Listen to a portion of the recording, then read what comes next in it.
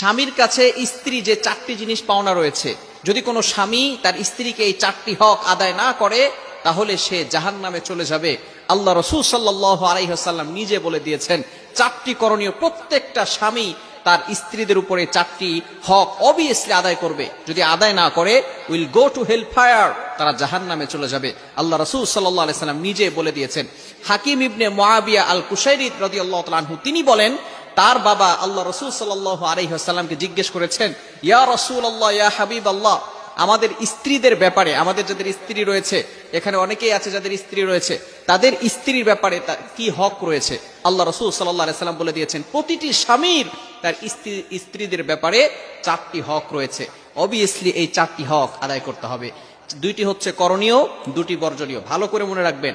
এবং এই করণীয়গুলো আমরা এখানে শুধু শুনবো বিষয়টা এমন নয়, এগুলো আমরা আমল করার চেষ্টা করব, আমরা আমাদের লাইফে এগুলো অ্যাপ্লাই করার চেষ্টা করব। 2টি হচ্ছে করণীয় আর 2টি বর্জনীয়। 1 নাম্বার হচ্ছে আনতুতাইমাহা ইদা তাইমতা। আল্লাহ রাসূল সাল্লাল্লাহু আলাইহি ওয়াসাল্লাম বলে দিয়েছেন, তুমি যেটা খাবে সেটা তোমার স্ত্রীকেও খাওয়াবে। তুমি যেটা খাবে 1 নাম্বার যেই করণীয় সেটা হচ্ছে মানুষ যেটা খাবে সে তার স্ত্রী যদি থাকে সেই স্ত্রীকে সেই খাবারটা দিবে। নাম্বার 2, দ্বিতীয় নাম্বার হচ্ছে আপনি যেই পোশাক পরবেন এই পোশাক আপনার স্ত্রীকেও দিবেন। অর্থাৎ আপনি ভিআইপি পোশাক পরেন, ব্র্যান্ডের পোশাক আপনি পরেন, কিন্তু আপনার স্ত্রীকে কোনো পোশাক দেন না, বছরের পর বছর চলে যায়, আপনার স্ত্রীকে নতুন কোনো পোশাক দেন না। আপনি ঠিকই ব্র্যান্ডের পোশাক পরে বাইরে ঘোরাফেরা করেন, কিন্তু আপনার স্ত্রীকে পোশাক দেন না। এটা কিন্তু আপনি আল্লাহ রাসূল সাল্লাল্লাহু আলাইহি ওয়াসাল্লামের কথাকে অমান্য করছেন। এজন্য কিয়ামতের ময়দানে আল্লাহ তাআলার কাছে জবাবদিহি করতে হবে এবং আল্লাহ পাক রব্বুল আলামিন আপনাকে জাহান্নামের ব্যবস্থা করে দিবেন।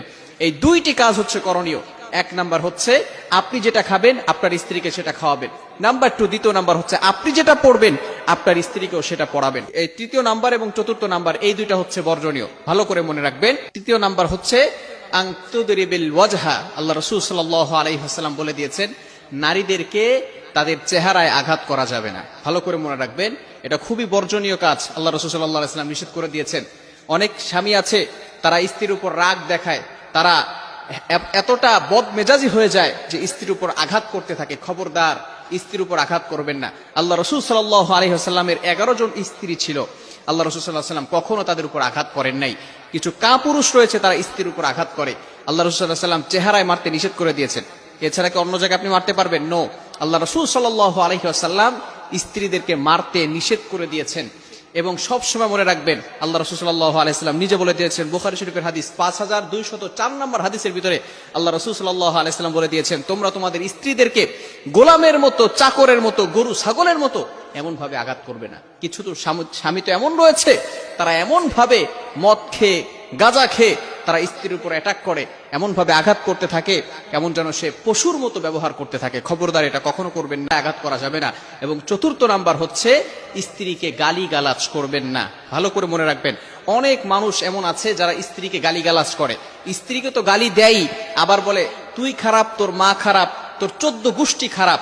এই নির্বংশ এবং খারাপ গালিগালাজ তাদেরকে করতে থাকে। খবরদার, আপনাকে যদি কেউ গালি দেয়, আপনার মা নিয়ে, আপনার বাবা নিয়ে যদি কেউ গালি দেয়, তাহলে আপনার কলিজায় কেমন লাগবে?